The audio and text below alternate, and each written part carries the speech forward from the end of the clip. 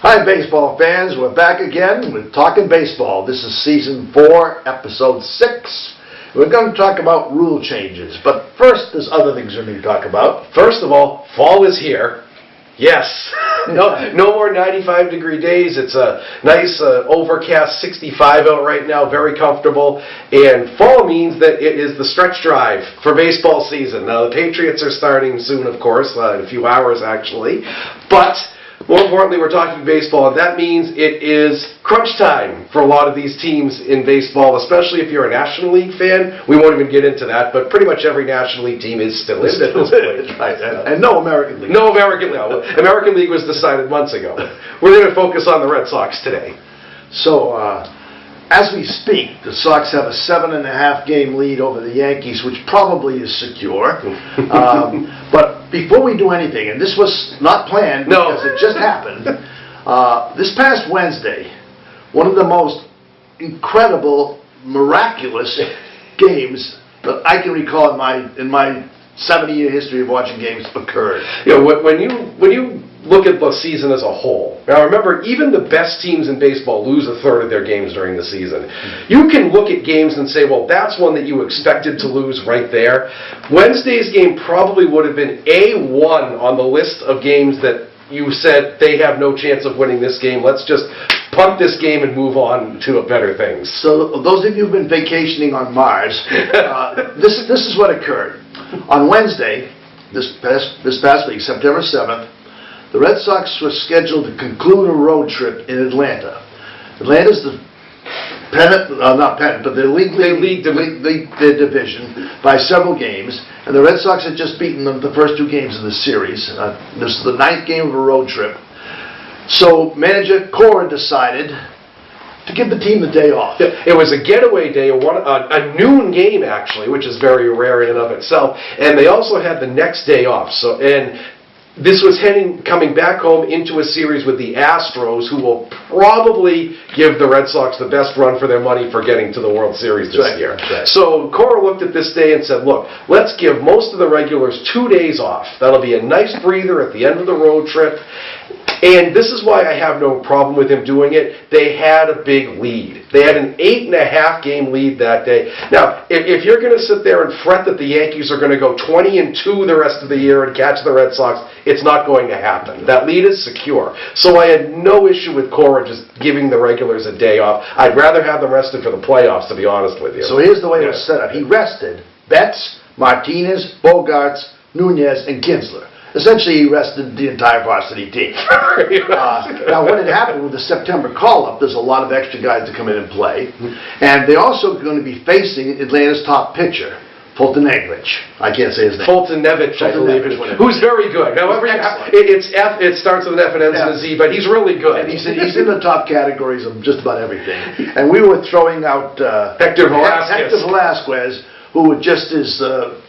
He's only there because Sales is not there. Right, he's you know the term, the opener that is coming. He's an opener. He's good for about 3 innings and that's it. So every single thing pointed to the Sox just mailing in this game and getting crushed. And he opened up the game by giving a home run to their rookie. The first batter, he gave up a home run. So we're down 1-0. But it turns out to be 2-1 after 4 innings. And I said, this is pretty good. They're doing respectable. In comes Drew Pomeranz. Oh, boy. Possibly in his last appearance in a Red Sox uniform, thank goodness. Yeah. And he gives up 5 runs to 5 batters consecutively. And that was his shot. He'd actually done pretty well out of the bullpen before that, but I think that was his last chance of making a playoff roster of any kind, which is too bad. He was a good pitcher last year. It was really valuable, but the injuries just have caught up to him this year. So he was horrible. And it was 7-1 by the time he came out of the game. 7-1 going into the 8th inning. They've taken their top pitcher out because they figure they can just to hang on to. They don't need to. Well, that's funny. That was a criticism I heard from the Atlanta that Fultonevich came out too soon. He was at 87 pitches, but most innings of his career already, most pitches of his career already, and they were barely into September, and they're trying to keep him fresh for the playoffs. I totally understand why the Braves did it. In a 6-run lead. I understand why the Braves did it. Totally no criticism. They pull him out. And by this time, all the Red Sox fans are out mowing the lawn. We've lost this game, so, we had a good road trip. So here's what occurred. The top of the 8th inning, they're ahead 7-1. First batter, Christian Vasquez comes up, and he hits a little blooper fly ball to right field. Now, Atlanta does what a good team does when they're way ahead. They pull some of their starters. They put in some of the scrubs. They put some character named Adams out there. It might have been John Adams. Or Abigail, maybe, the way he fielded it. And there's a blue fly ball, and he sort of takes a few steps to the left, a few steps to the right, and it falls at his feet. And the pitcher's name was Winkler, who would come in. Not Henry Winkler, a different Winkler. And he gives him a glare. Oh, God. So up comes Su-Wei Lin. One-Way Lin comes out, who is one of our most powerful batters. Oh, yes, very threatening. He bloops the ball into left field. That was no one's fault, but it was a bloop. It was a bloop. Then the third batter up, Jackie Bradley. Jackie Bradley's been hitting the ball fairly well. This time he did not. No. He's jammed on the inside pitch. And the ball goes back out to Adams again. And Adams stands there, and it falls at his feet. He did not advance on the ball. It's like he was going to play Little League and just pick it up when it stopped. It probably fell from me to you. I mean, it was like... So now we have the bases loaded and haven't really hit the ball yet. No. And Winkler on the mound is going berserk. Oh, So in his anger, he fires a meatball into Swihart. And Swihart crushes one, almost a grand slam, off the wall.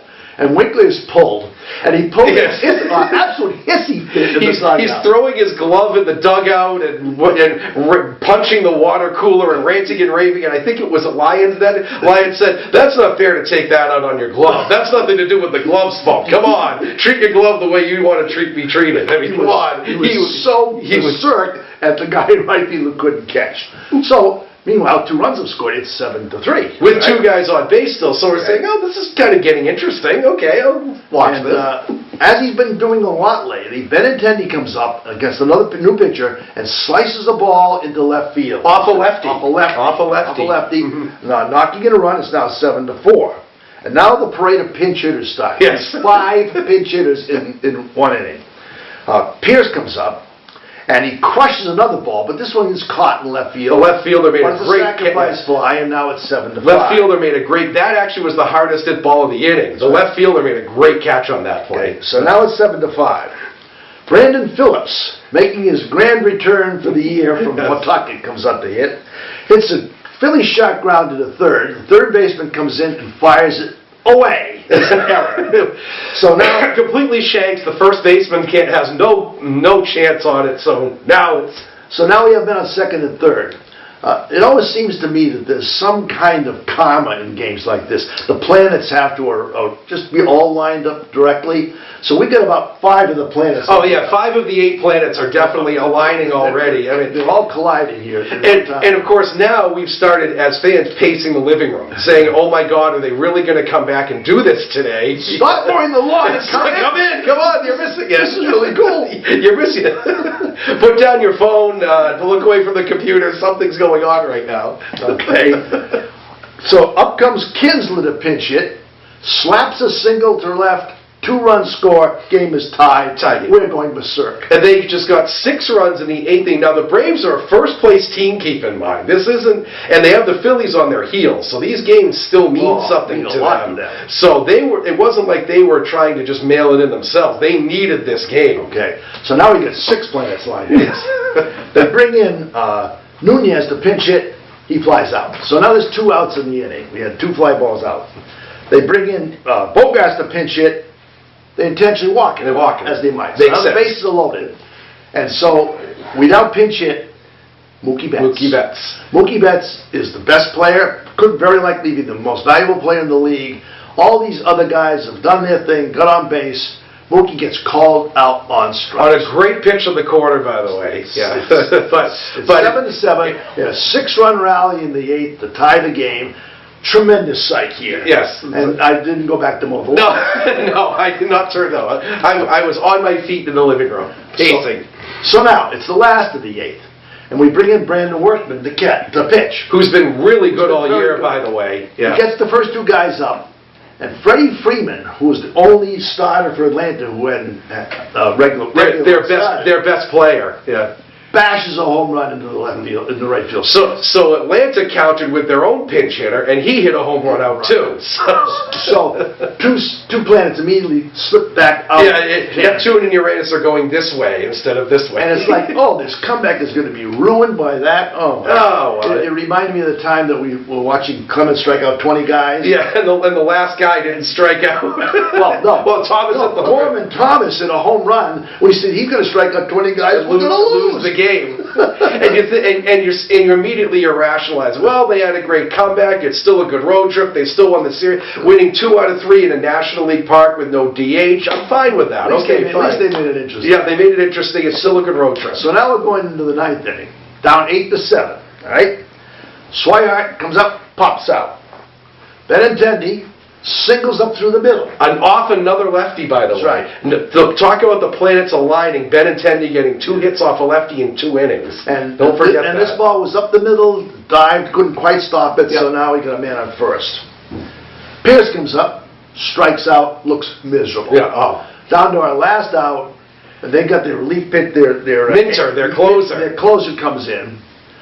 Up steps the miracle of the year.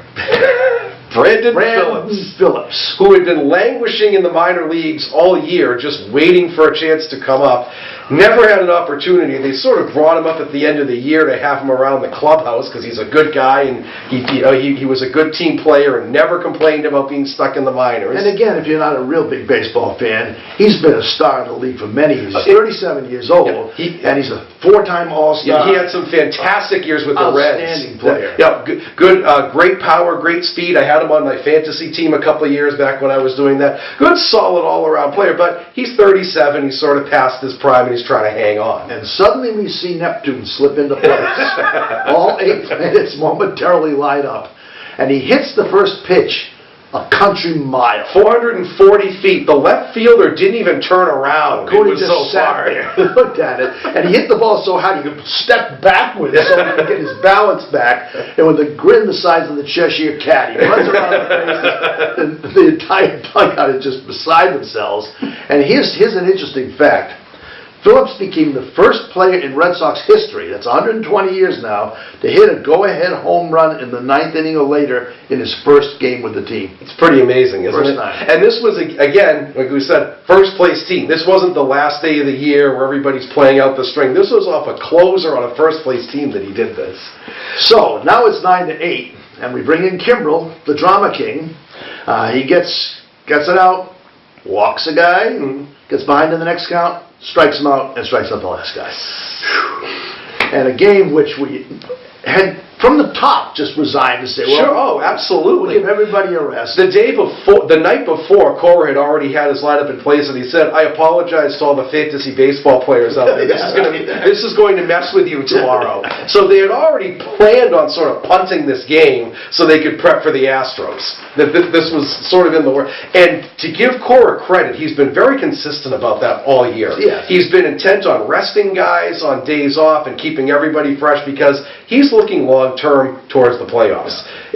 We'd rather lose a game in early September than lose a playoff game because the guys are fried, Right. which I totally get. J.D. Martinez didn't play in that game. Yeah. Yeah. And Mookie struck out in the game. Right. So they're two superstars. The 2 best guys contributed didn't contribute at all. They still won 9-8 with a sort of a quadruple A lineup and bullpens in the game too. I guarantee you during this cold, snowy winter period that's coming up, this is a game they're going to play very often. Oh, absolutely. The Mother's Day Miracle long ago was played over and over. This will be played this much. Yeah. It just doesn't happen. And it was sort of, it wasn't even, when Phillips hit the home run, it wasn't even a celebration. It was like, did that just happen? Yeah. Did I really just see that happen? It was on the first pitch. He stepped in, and we didn't even realize that he... Yeah. Who's up? Oh, Phillips is up. Oh, okay, all right. So that was absolutely a highlight game of the year, maybe the best, most exciting game of the year, and this is why you play the games. You know, you look at a game and you say, wow, that's going to be a loss, and look what happens. And it was against the first place team Yes. that needed to win. Yes. So it wasn't like some throwaway end of the year game against Baltimore or something. Right. So that was the highlight of the year for us anyway. That was our top game. So And if you didn't see it, be sure to watch it this week. Yes. I think it's going to be on December 30th. yeah. When the Bruins have an off night and Essen is looking for programming, it will be on one of those nights. So that was sort of a last minute thing that we brought to the show today, just to get everyone in a good mood about how the season has gone so far. And I think sometimes with a team this good, and I'm moderator on a Red Sox site, and I see this every day, people get spoiled, I think. You know, every loss, the sky is falling. Oh, geez, every loss. Oh, this person's this. That's right. They're on the pace to have the most wins of any team in the 120-year history of the team. And every team, no matter how good, goes through ups and downs. Now, they've been able to maintain an 7 to 8-9, somewhere in that range lead without Erod for 3 months, and now without Sale for 2 months. Now, name another team that would lose their ace and their number 3 starter and be able to maintain that kind of lead. That goes to show how deep the team is. And so when people complain about, oh, the bullpen stinks or Velasquez stinks, okay, they don't have the team at full strength. You can't say that. And one thing the writers never seem to talk about, we're in a good division. Yes. The second best team in the majors is in our division. And if the Rays were in other divisions, they would be, one of them, they'd be in first place, and a couple of them, they'd be content. they'd be in the wild card. So it's a tough division. It's a very tough division. And every team goes through little lulls like this. Now, I looked this up. The 98 Yankees, who many consider to be the best team of the last quarter century, 114 wins, and they went 11-2 in the playoffs. They had a 12-16 stretch in August and September. So even the very best teams in history go through little lulls and sort of ho-hum stretches and things like that. It's just sort of the odds kicking in. It's a long season. It's a long season, and even the very best teams, the Sox are probably going to lose 50, call it 53, 54 games, and somewhere in that range. Those losses are going to cluster at some point. You know, that's just the way math works. So don't worry about if they were 10-10 in the past 20 or something like that. Every team goes through something like this. There's 20 games left, and hopefully they won't collapse. Right. And ruin what we just said. Right. But the Yankees would have to go like 20-1 the rest of the year for that to really it's not going to happen, trust me. Okay, folks, we're going to come to our trivia now. Oh, yes. And we're feeling that some of our trivia questions are a little too easy, too Google-esque. Yes. So, here's what we're going to do today. Here's a toughie. The Red Sox, as all teams have, but especially the Red Sox, seem to have had a history of pitchers who have given up momentous home runs at bad times. Yes. and become famous for it just because of that. Just like Ralph Branca gave up the home run to Bobby Thompson, and you hear about Bobby Thompson and Ralph Branca united for the next. In fact, they used to travel. They did card shows together, actually. Became really terrific friends. So the first one we're going to mention is Tracy Stallard. Tracy Stallard was a pitcher for the Red Sox when they were very bad in the 60s, and he gave up the home run to Roger Maris that broke Babe Ruth's record. It was Maris' 61st home run. It was the last game of the season in 1961. And the Sox lost. He lost 1-0. Yes. Maris hit the home run. And this is when the Sox were sort of cratering into the 60s and so becoming a bad team. Stallard becomes famous. He's sort of full of a footnote, a little asterisk note in history. And he never did anything much in the rest of his career. That's the one thing he's known for. The second one, I think, is much more well-known. Mike Torres. Mike Torres! Well, if you don't know Mike Torres, you certainly know Bucky bleeping Dent, don't you? Mike Torres gave up the 3-run homer to Bucky Dent in the 1978 playoff game after, by the way, there was a foul ball off his foot, and there was this huge pause in the game. The legend has it that he actually used Mickey Rivers' bat to hit the home run. I don't know how true that is. But Torres threw an absolute meatball to Dent with 2 guys on, and that put the Yankees, it wasn't the winning home run, it put them ahead. People forget, too, Reggie Jackson hit a home run later that game, and that actually was the dagger. That made it 5-2. That's what always aggravates me. I was at that game, Yeah. and the ball that he hit for a home run looked like it was going to be caught by his strength. Oh, Yaz was going back like this, ready to catch it. In '78, that backstop was not as high as it is now, and a little breeze caught it, and just at that time, a little breeze flipped it over the wall. Yeah. It went over the wall by about that much. Well, and you see Yaz going back, and then he just sort of looks up like this, like, Kidding me? what in the world was that? But he's absolutely right. What happened in that game was that Torres gave up another run in the 7th inning, so it was 4-2. And then in the 8th inning, Bob Stanley came in and gave up the home run to Jackson. And in the last of the 8th, Goose Gossage came in. We got 2 runs off of him. And, so the winning run was the home run by Jackson. And Gossage looked awful that game, too. They got 2 runs off him, and then in the 9th inning, they had the tying runs on base. Jerry Remy actually had a hit in the 8th and a hit in the 9th to keep that game going. So that was, I'm glad I wasn't, I was But 2, so I didn't. It's the same kind of infamy that Torres faces, that credit is always gone to the second baseman that stole the base in the... Oh, Dave Roberts. Dave Roberts, I'm sorry. Dave Yeah. Roberts, because he stole second, but Bill Miller... Miller got the hit right up the middle. Famous one for getting the hit to tie the game. Or how about crediting Kevin Millar for working a tough walk at it back that Roberts pinch ran for? The press has decided that it's Roberts' most memorable moment and all that. And I don't think Roberts even had an at-bat in that series. I think all he did was pinch run. But that's what he's famous for. So a lot of this is the press. That's right. Okay, number 3, infamous home runs. This is more recent. Tim Wakefield. Oh, God, I feel so bad for the guy. You know, Wakefield was love him or hate him, Wakefield was always a good soldier for the team. He's 3rd all-time on the team in wins, so he had his long, great career with the Red Sox. But in 2003, this was the infamous Grady Little game in Game 7, and Wakefield had been fantastic that series. He won both his starts. Had they won, he would have been the MVP of the series. And we don't need to rehash it. Grady left Pedro in too long. The Yankees tied the game, and something else people forget, Wakefield came in to pitch the 9th inning and got them out of the 9th, 1, 2, 3. And the 10th. So it wasn't like he came out and threw one pitch.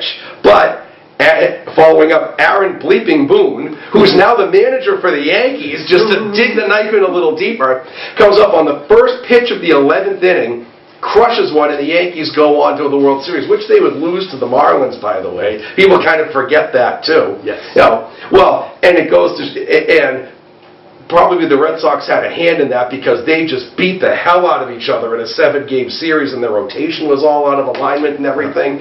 So the Marlins said thank you very much and took the series. But no matter, Wakefield has how many wins with the Red Sox? 170 or something like that. That's what he's known for, is the Aaron Boone homer, which is unfortunate. So there we have Stalin, Torres, and Wakefield. And real baseball fans, I'm sure, remember what we're talking about. Here's our trivia question.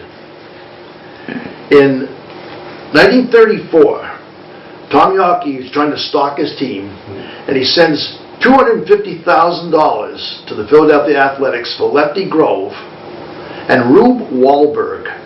And Rube Wahlberg pitched for the Sox for 4 years. What infamous incident or incidents is he known for? What did Rube Wahlberg do in the world of pitching that has marked him as an infamous character? As a little asterisk in history, as we should say. That's our trivia question. And by the way, Tom Yawkey, by the way, no, he didn't trade. He just bought the guys in the 30s. And those 30s Red Sox teams were actually pretty good. It was just the Yankees were sort of having a little dynasty. Well, you got to remember, this is during the Depression. Sure. Yeah. Nobody's got any money except Tom Yawkey. Right, so he just bought everybody. He has all the money, so he bought everybody, including, people forget Lefty Grove was with the Red Sox for 8 years, I think. Quite a while he was with the Sox. And Jimmy Fox. They had some good teams then, but unfortunately the Yankees are in the middle of just having everybody on the planet on their team. So, all right, so ponder that until we get to the end of the show. Now we get to the show. Pardon me, I'm coming off a case of strep throat, so if I cough, pardon me. So, all right. I might need a drink of water. One of the things that I think has become rampant in the last few years in baseball is reliance on statistics. And this comes from the world of fantasy baseball more than anything. Well, I think it's two-pronged, actually. First off is fantasy baseball, and if you know anything about the history of it, it's really about 30 years ago it really started to take hold with the Stratomatic, and our buddy Ron Chandler, who's been on the show before, was a pioneer in that area of fantasy baseball statistics. And what fantasy baseball is essentially, you create your own team. And you use the stats of the players that you have on your team, and you go against other fantasy baseball players who have that different teams, and you see who wins. It runs it through a shredder, and whoever has the best team at the end of the year wins. So it partly came from that, and it also partly came from the idea, if you've seen the movie Moneyball, they sort of get into this a little bit. Teams that had always relied on scouting, that's how you found your players, was through scouts. Yeah. Well, the Oakland A's, and they weren't the first team to do it, but they're sort of the most famous for doing it, tried to look at other ways to evaluate players other than straight scouting. Let's dig deeper into these numbers and see what we can find out to see a player's true ability. And so it was this two-pronged thing of where the stats came from to try to quantify what a player does. Take a look at this. This is what every writer and broadcaster is given at the start of each game. This is called the press package. And Dave O'Brien will read you every stat from Red that Sox during the notes, game. incredible amount of things. Cleveland Indians notes, and this totals maybe 30 pages of statistics of every possible thing you can think of. I just found out the Red Sox lead in road attendance. Yeah, how would you know? How would you know that? But so, how hard is it for a writer? The writer gets this package. Here's my story for today. Yeah, just pour through that and see what you can find. Page 9, Mike Brantley is hitting .294 against Cleveland. Oh, that's fascinating. Wait a minute, he's for Cleveland. I read the wrong page. So what's happened is that, of course, people go overboard on things. So everything now has become stat-oriented, and it's all about stats, and we don't see this in other sports. We were talking about Not to this extent. No, not to the extent that you do in baseball. You know, how about the launch angle of a basketball? Right, or the exit velocity of a hockey puck. You know, nobody ever talks about that. So, but those are real things now in baseball, and they use it to quantify player talent, so to speak. So I thought, as someone who's involved in, sort of remote, a little bit involved in stats, I thought I might introduce you to some of the stats you might run across, and some of the ones that I actually think are useful, because I think some are nonsense too, to be perfectly honest. Run through some of these. So one you might see, and we're going to take this down to basic and get more advanced, you've probably noticed that OPS is a big thing, and it's now included as a stat in the line at the bottom of the screen when they show numbers. It's on the scoreboard. OPS is your on-base plus slugging percentage. And how that came about is because batting average was always the traditional thing that people used to show how good a hitter was.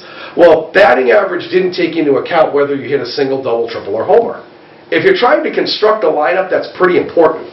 So OPS, what that does is your slugging percentage counts how many total bases you have. For instance, if you hit a double, you have a higher slugging percentage than if you hit a single. And it factors that in. Make it simple. Yeah. If your first time at bat, you get a double, your slugging average is 2,000. Right. Okay. So a good slugging percentage is maybe 600. Oh, yeah. That'd be good. Right, that would be good. And then so that means you get 6/10 of a base. Every at bat. Total. And also what they did is they started to factor in walks, because walks have never counted towards batting average, but they help an offense immeasurably. And hit batters. So that's your on-base percentage, is your hits and your walks and your hit batsmen. So the OPS takes the slugging percentage and the on-base percentage and combines them. Yeah. And if you have 1,000 OPS, you're one of the best players in the league. The best players average about a base per at bat. What it does is it takes the fellow that hits nothing but singles and walks and combines it with the guy that hits nothing but home runs. Right.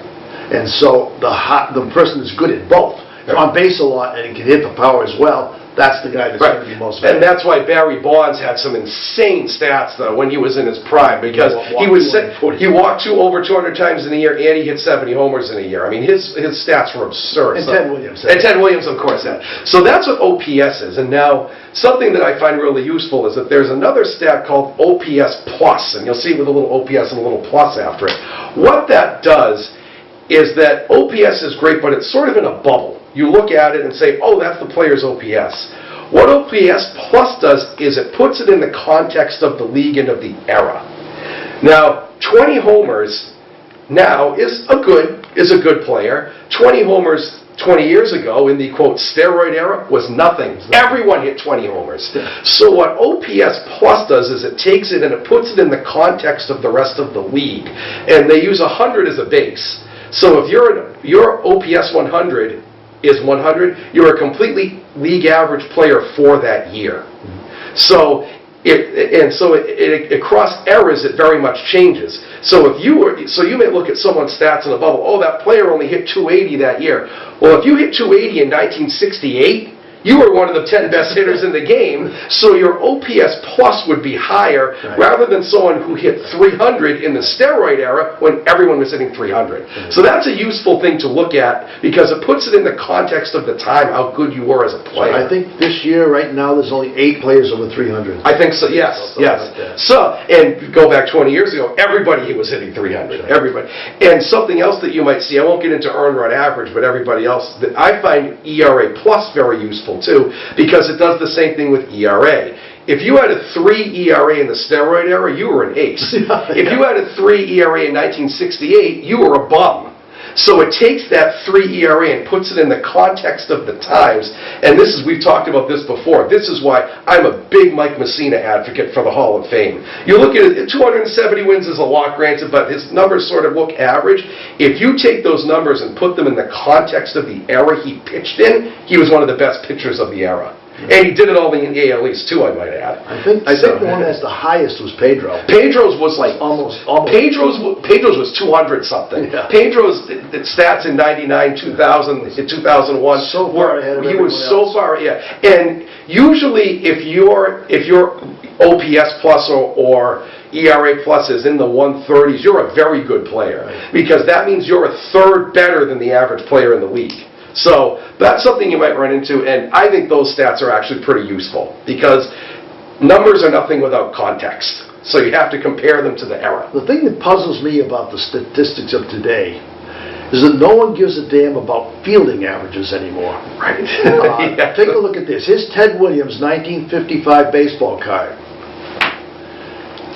On the back, always the fielding stats are included besides. Yes. And Ted Williams that year had 5 outfield assists and made 4 errors. All the baseball cards had fielding averages. I don't think they do that about... No, they don't. I don't think there's anything in this package of stats. No. I mean, and it's so hard to quantify, too, because we've talked about before how when you have a fantastic fielder like Jackie Bradley, it changes the alignments. Yeah. So what stat can you use to quantify how good a fielder is when not all I think back in the past, before they had all the technology, it's one of the few things you could watch and keep. Yes. He made this many errors. He made this many putouts and assists. Right. But now, with the kind of different approaches, like this thing about how many feet he ran to catch the ball. How you leap. Or UZR, which takes sections of the field and how you cover. Probability to make the catch. Right, yeah. And perfect example, Alan Trammell went in the Hall of Fame this year. Alan Trammell's error, all they used was errors in fielding percentage. Yeah. But the naked eye told you that he was one of the best fielders of his time, and that's all you really had to go on then until the last, say, 20 years when stat heads started to try to figure this out. But the kind of ways they have to measure all these things has made a huge difference. Oh, it's made a huge difference. Like 2 things you've probably heard are, and these are the trends, launch angle and exit velocity are 2 of the huge things right now. Yeah. And actually, I think they buy into it a little too much, but there is some merit to it too. Now, what exit velocity is how hard the ball is hit off the bat. Right. And some of these are over 100 miles an hour. I mean, think of how hard you have to hit a ball. The ball's already coming in 90 to 100, and you make it go faster when you hit it. Think about that. That's incredible. And so what that does is that tells how hard a ball is hit. Now, in layman's terms, okay, obviously that means if a ball is hit harder, the fielder has less time to react. Right. So you're more likely to get a hit. Okay, that makes sense. But a perfect case of this was early in the season was Jackie Bradley. Now, I remember Jackie Bradley was hitting like 170 through the first 2 months of the year, and every single time people asked, Cora said, he's hitting the ball hard, it's going to average out, he's had bad luck. Well, he's almost hitting 240 now. He's had a terrific second half. And so that's something you can look at to say, okay, this player's just had buzzard's luck so far this year, and has hit a lot of hard hit balls right at people, and this will normalize. So that's a case where exit velocity means something. Well, again, though, it's what they're able to use with technology. Yeah. It used to be the coach would tell you things, what Right. to do. The coach would know. Now, every guy carries around a little card in his Oh, yes. pocket. You know where to play. This is great. Joe West caught a pitcher Yeah. pulling a card out of his pocket to see how to pitch to a guy, what tendencies were. He took the card away from him and said that's an illegal It's substance. an illegal substance. And it was appealed, and now there's no reason why you can't put a little note in your back pocket. It's like everybody can cheat. Yeah, and you've seen the Red Sox players do it. They'll look at a card for the, on how to shift Look the at batter. Jonathan go running over here, Yeah. running over there. So the other big one that you've probably heard is launch angle, and actually this J.D. Martinez credited this for helping him improve as a hitter. Launch angle is the angle that the ball leaves a bat. Right. So say you're swinging. I wish I had a bat. If you're swinging, the launch angle is, say, the perfect launch angle is about 25 to 30% because that means you're hitting the ball dead on a line. That's exactly where you want to hit it. If your launch angle is off your bat is, say, 5 to 10%, you're beating everything into the ground. You're hitting the bottom of the bat, and the ball comes in and is just dying. Right. Whereas if it's over 50%, it's hitting the top, and you're popping everything straight up. Right. So that's what they mean by launch angle, and they study swings. They'll look at endless hours of tape and look at a guy swinging and where the ball comes off the bat to try to improve his swing. Dave Kingman, perfect example. Every single thing he hit was this uppercut swing, so his launch angle was everything was over 50% because he'd pop it straight up. And that's also useful for pitcher tendencies too. Perfect example was Derek Lowe, was the ultimate ground, or Hector Velasquez is a perfect ground ball pitcher. So when he's on, you can study the swings, and the launch angle off the bat will be 5 to 10%, meaning they're beating everything into the ground. If the launch angle is higher, that means something is wrong with the pitcher's mechanics. So that's what launch angle is in a nutshell. And that's really nothing new. Ted Williams, in his Art of Hitting book, his greatest book on hitting any kid could ever read, talks about the right angle to hit the ball. Mhm. Because you don't want to bang the ball on the ground. You want to hit the ball in the air, but you want to hit it with the maximum squaring up the ball, as they call it, to get the maximum distance on your swing. And now it's just down to a science. Everybody can treasure. Now everybody can measure. Williams could do it all day because he practiced all day. Right, yeah. But now you can watch your own swing and videotape and see exactly what you're doing wrong. So Right. the hitting coach is really a tape machine. Right, and these are things that have always been in place in baseball. It's just that now science has caught up to what has become, what was always instinct or studying or something like that. Now science has a name for it, and you can look at it and quantify it. Yeah. So those are just a couple of the stat things that are useful that might help players. I mean, and these stats just go overboard sometimes. That's exactly my objection. Exactly my So, objection. there was something, like one thing that everybody, including the stat heads, look at is what they call FIP. It's called Fielding Independent Pitching. And what this does is it takes the 3 true outcomes. We've talked about this before. A home run, a walk, or a strikeout. Well, or a hit batsman. That's included too. But there are 3 true outcomes that are just between the pitcher and the batter. Everything else is dependent on a fielder. If you hit a single, well, the fielder might have gotten to that. Or if you hit a double in the gap, well, the fielder might have caught that. A home run, a walk, and a strikeout are strictly batter, and pitcher. You could argue the umpire has a lot of say in that, too. That's my issue with it. But anyway, what FIP does, Fielding Independent Pitching, is it strips out everything that could possibly be left to chance by a fielder and focuses on those 3 true outcomes to determine how well the pitcher is doing. It sounds like a lot of complicated mess to me, to be perfectly honest. Well, here's my objection. Here's my objection.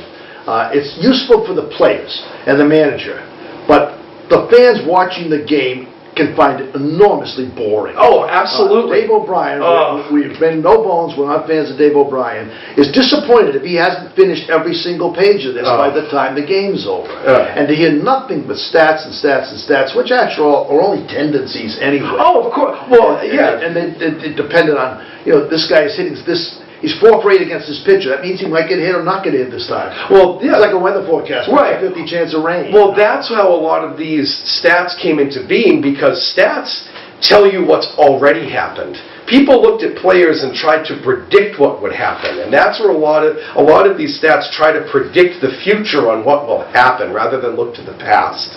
Which, again, if you're a manager or a scout or a player, that's something you might be interested in. But if you're watching a game in the stands at Fenway, what are his tendencies versus a left-handed batter on a Wednesday at 7 o'clock? You're not going to close this. We're going to close this section with one question. Yeah. What tendency said that Brandon Phillips was going to hit a home run in the first pitch? Exactly. None whatsoever. That's what makes this a great game. That's why you can't predict it. That's why you play the game. That's why you play the game. That's why every time we go to a game, you never know what you're going to see. Something can be different. You go, we're going to be a game against Baltimore that we're going to go see in September. We should kill them. Who knows? Who knows? Maybe Baltimore has some phenom come up from the minor leagues and pitch. Well, last night, a rookie for the Royals, I think it was his 5th or 6th start in his career, had a perfect game after 8 innings. And he lost in on a walk, actually. He lost in the 9th inning. You never know what you're going to get when you go to the park. I mean, tendency's fine, percentage is fine, but there's still that unknown quantity that makes it such a great game. And you're forgetting that this is a game where the best hitters make out 70% of the time. Right. The best pitchers give up runs a third of the innings they pitch. I mean, so tendencies are great, but it's not going to show what happens in the future. No. All right, this next section is going to be, I think, one of the most interesting ones to talk about we've had for a while.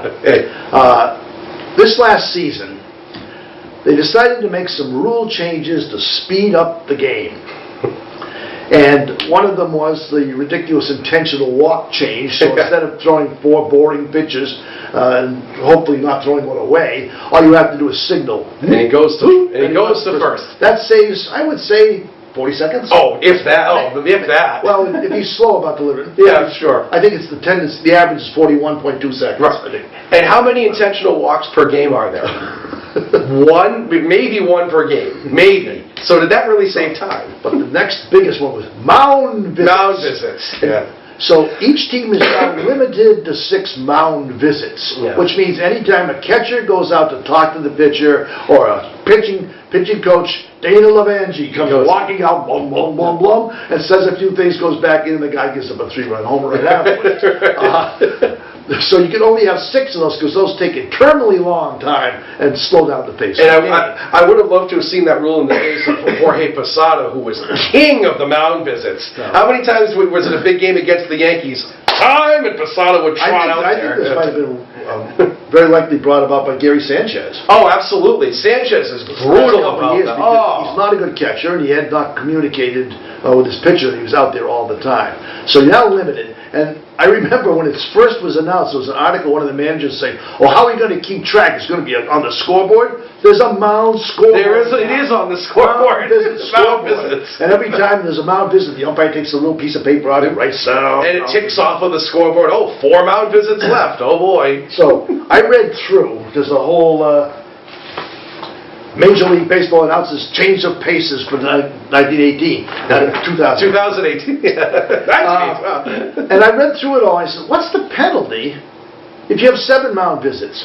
It doesn't say what would happen. There isn't. So I called Gordon Eads, the Red Sox historian, and said, what's the deal? He said they had an amendment to this. You have to remove the pitcher. Really? If you have a 7th. I didn't know that. They've never announced that. Sanchez goes out to see Betances. They have to take him out. He forgets how many times he's been out there. I thought it was 6 and 7. They have to pull the pitcher out. Oh my God! We could call that the Chris Webber play. When you call a timeout and you don't have any left, right? We could call that the Chris Webber play.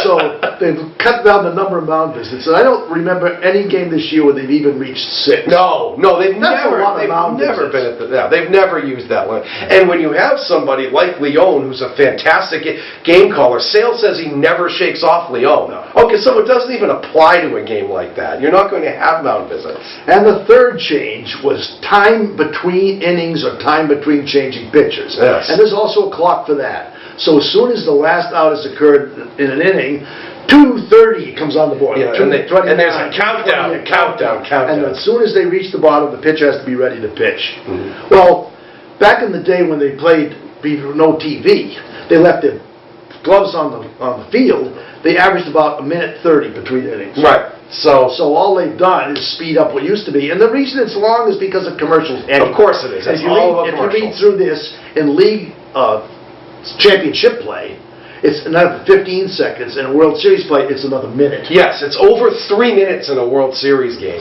So you wonder, and the World Series games start at 8 o'clock anyway, so you wonder why they go all night. Now, but they're not going to cut away at advertising. That's just not going to happen. Okay, so that means there's 6 minutes per inning. Right. Between times. Right. That's almost an hour. Almost in a an hour. Game. Mm-hmm. There's just delays. So that's it right there. But they're not going to turn down the advertising dollars. We took a different perspective on this. So what we thought we would do is come up with some ideas. They may be a little bit out there, but would genuinely save time. Yes. Okay. Yes. So I'll lead off. Oh, sure. We still play 20 games in National League parks every year, even though I don't think it's a wise idea.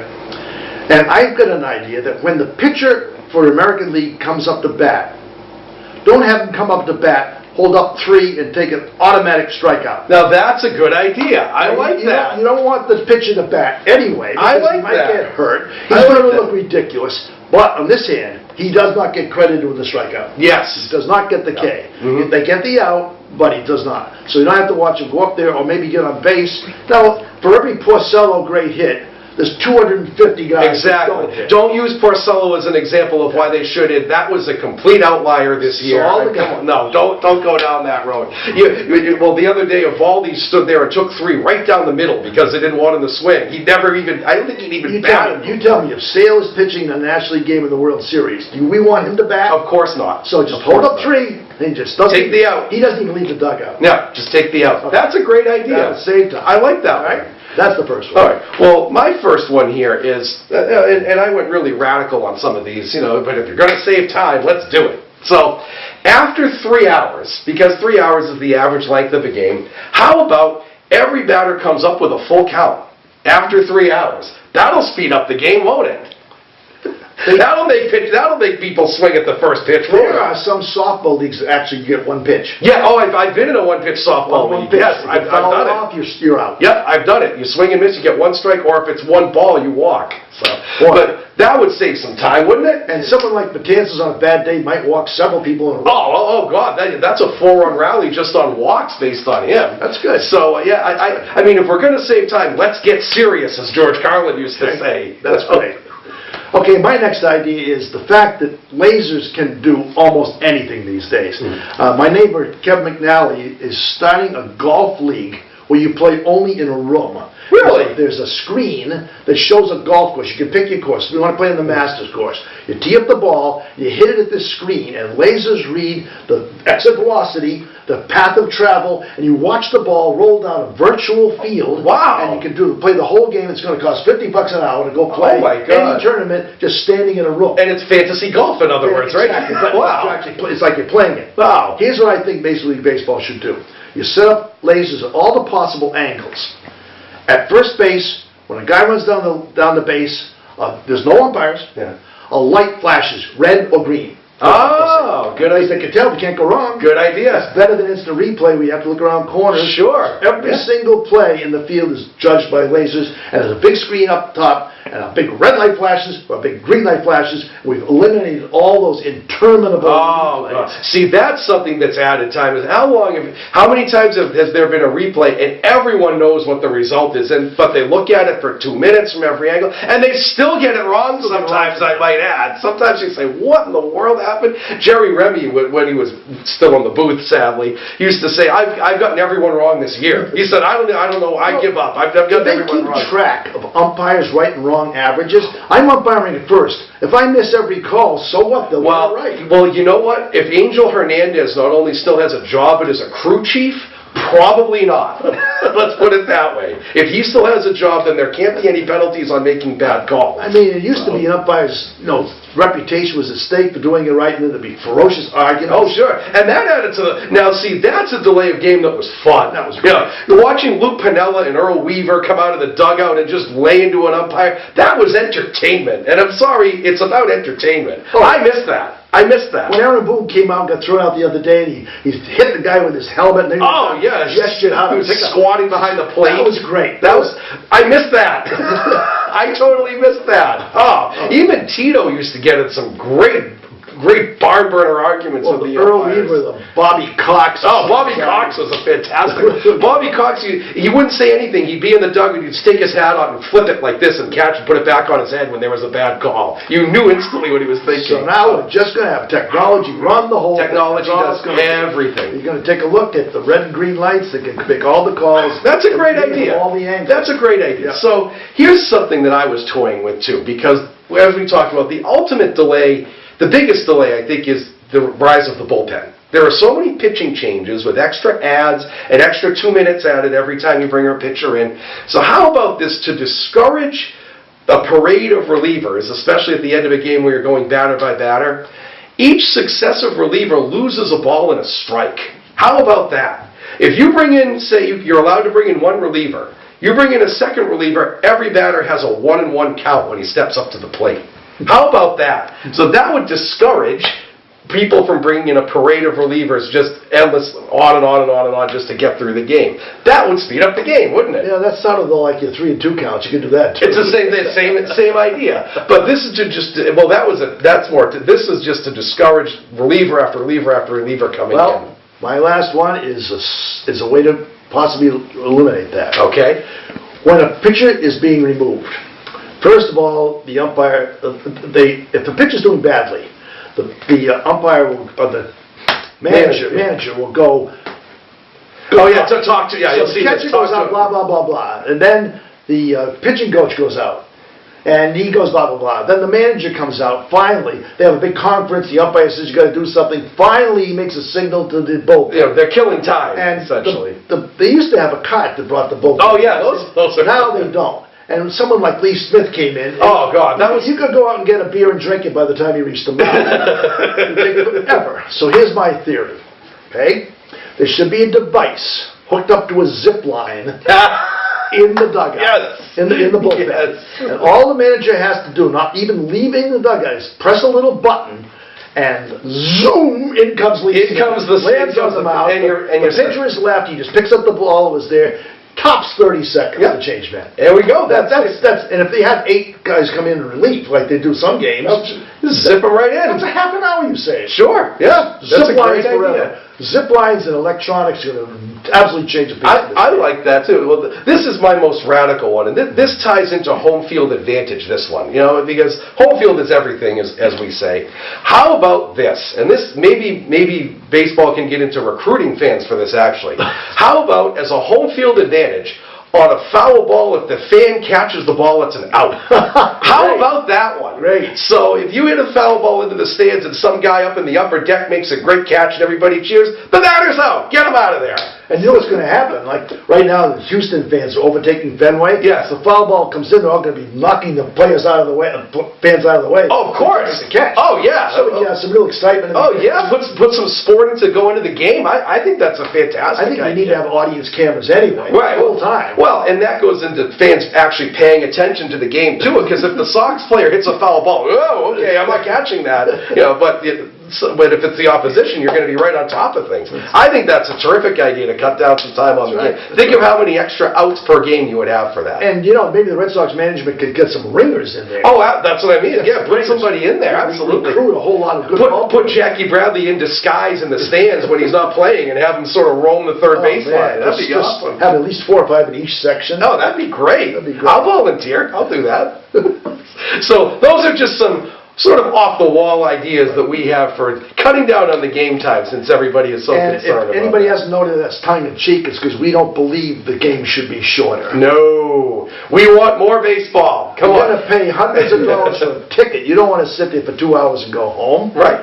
We were bred in the doubleheader era, and I Oh, couldn't God. watch Let's Play 3 as far as I was Oh, concerned. absolutely. And Yeah. This idea that that game is too slow, takes too long, baloney. Nonsense. It's a chess game. It is and it takes time. And part of the appeal of the game is second guessing and strategy and Right. things like that, which I don't think any other sport has to the extent And that it's baseball the does. tension that builds up. What is, and then we say, okay, Mookie's up with the bases loaded. What could he do? And if there's 4 or 5 foul balls, it just adds to the tension. Oh, of course. And you see the people all standing and clapping and Oh, screaming. one of the most electrifying moments of the year was when Mookie hit a home run on the 13th pitch of Right. the at-bat. And it was like 2 minutes. It was just drawn out, and that's drama. That's excitement. That's entertainment. That's what's supposed to happen. So that's our point of view. Yeah. So let's get to the trivia. All right, Since we're up trivia against the question. clock here. Rube Wahlberg. Rube Wahlberg pitched for the Sox from 34 to 37, but he had a long career with Philadelphia before. And his infamous claim to fame is that he gave up more home runs to Babe Ruth than any other pitcher. Very cool. 17 home runs he gave up to Babe That's Ruth. amazing. 4 of them in the 1927 season when Ruth hit 60. Yep. And it's really cool I highly recommend if you ever go to Camden Yards to watch the Sox there. The Babe Ruth Museum is about 2 blocks from the park. Go there. They have a display in the museum of every single home run that Ruth hit in his career. Right. And it has the pitcher he hit it off of, the date. Rube Wahlberg is on there the most of any pitcher. Right. It's this huge, terrific trip if you can plan to Yeah, go. he hit home runs off about 250 pitchers. 10 off Lefty Grove, actually. Right. And that's something that's probably never going to be broken, because back then you had 4-man rotations and the starters pitched the whole game. You're never going to see a pitcher as much now as you did then. And there are only 8 teams in the league, too. That's right. So you ran into the So same all starters the time. over and over and over and over He again. played a team 22 times. Right. So that's a record that will never be broken. So. That's Rube Wahlberg joining the ranks of infamous pitchers. So, Okay. so we are up against the clock, and we hope that the Red Sox, we'll be talking to you next time with the Red Sox in the postseason. Yeah. As it stands right now, this will be watched a few days from now, but the Sox still have a 7.5 game lead. 7.5. They have 20 games left with a 7.5 game lead, so if they split, the Yankees would have to go 18-2. That's not going to happen. So, once again, Talking Baseball is signing off. Signing off. Another great show. Thank you for watching. See you all anon, and love baseball.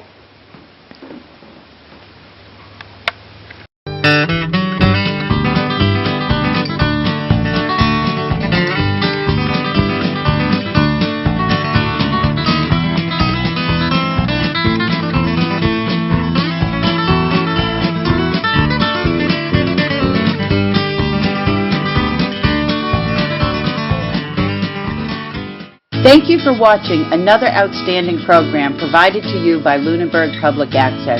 We're here to serve the community. Lunenburg Public Access is always looking for volunteers to help record town events, high school sports, and town meetings. Please consider helping us out today. To contact us, you can call 617-763-3018 or email us at lunenburgaccess@gmail.com.